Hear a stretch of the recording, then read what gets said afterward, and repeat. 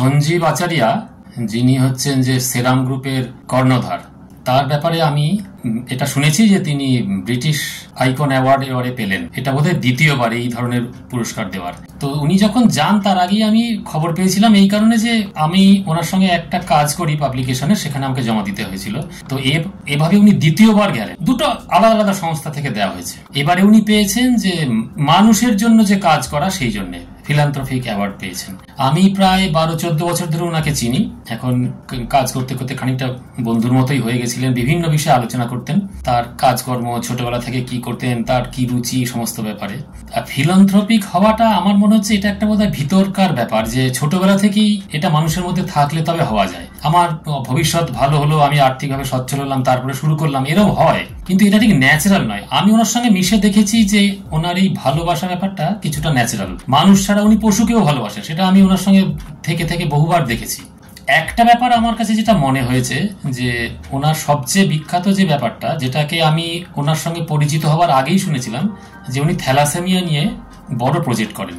আপনারা জানেন যে থ্যালাসেমিয়া কি ধরনের একটা মারাত্মক ব্যাপার, যার ফলে তো বিয়ের আগে এইগুলো যদি মানুষ জানতে পারে, তাহলে পরবর্তী প্রজন্ম এই ধরনের বিপদের মধ্যে পড়বে না। এগুলো উনি করেছেন, এবং এই ফিলান্থ্রপিস ব্যাপারটা উনি একটু ছোটখাটো ব্যাপার না, এটা বেশ বড় ব্যাপার। আমার সঙ্গে আলোচনা করতে গিয়ে উনি যেটা বলেছেন, যে এত বড় ডেটা তথ্য বোধহয় 2006 কি 2007 সাল থেকে উনি করছেন, এখন 25 সাল চলছে, তাহলে কত দিন ধরে উনি এই কাজটা করছেন, এবং নিজের থেকে খরচ করে উনি এই কাজগুলো করেন। এমন নয় যে কোনো জায়গা থেকে আমি টাকা পয়সা জোগাড় করে বা এনে করছি, সেটাও ভালো কাজ, মানুষ যদি করতে পায় করুন, কিন্তু সেটা উনি নিজের থেকেই করেন। আর একটা ব্যাপার হচ্ছে যে সমস্ত কাজে উনি নিজের সামনে থাকেন, এইটা আমি দেখেছি। যে এমন কোন মিটিং দেখিনি, হয়তো খুব বড় একটা কোনো নিজে চাপে পড়ে গেছেন উনি গেলেন না, যেখানে উনি থাকতেন এবং উনি নিজে যান, সেখানে একই রকম ভাবে পার্টিসিপেট করেন সবার সঙ্গে থেকে, এইভাবে উনি নিজের মতো কাজটা করছেন। এছাড়া আমি দেখেছি করোনার সময় যেমন উনি খাবার বিলি করছেন গরিব মানুষের মধ্যে, কোনো দিন বিশেষ বিশেষ সময় উনি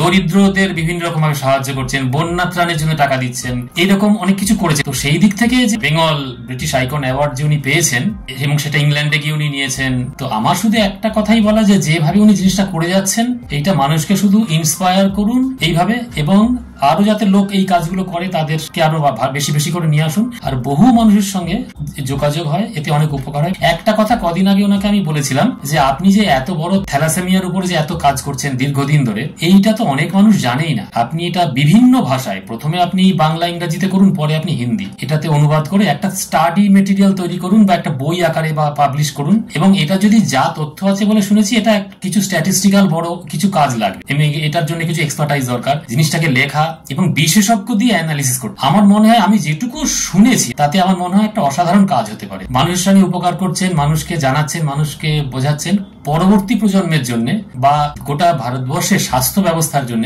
উনি এই সমস্ত কাজগুলো একটা বিশেষভাবে পাবলিকেশনের দিকে যান, এটা আমি চাইবো। ও আরো বড় হন। আমি এর আগেও বলেছি, বিদেশে কেন, উনি দেশে আরো বড় বড় উপহার পান, অ্যাওয়ার্ড পান, পুরস্কার পান, আরো মানুষের কাছে জানুন, থাকুন, এটাই যথেষ্ট। ধন্যবাদ।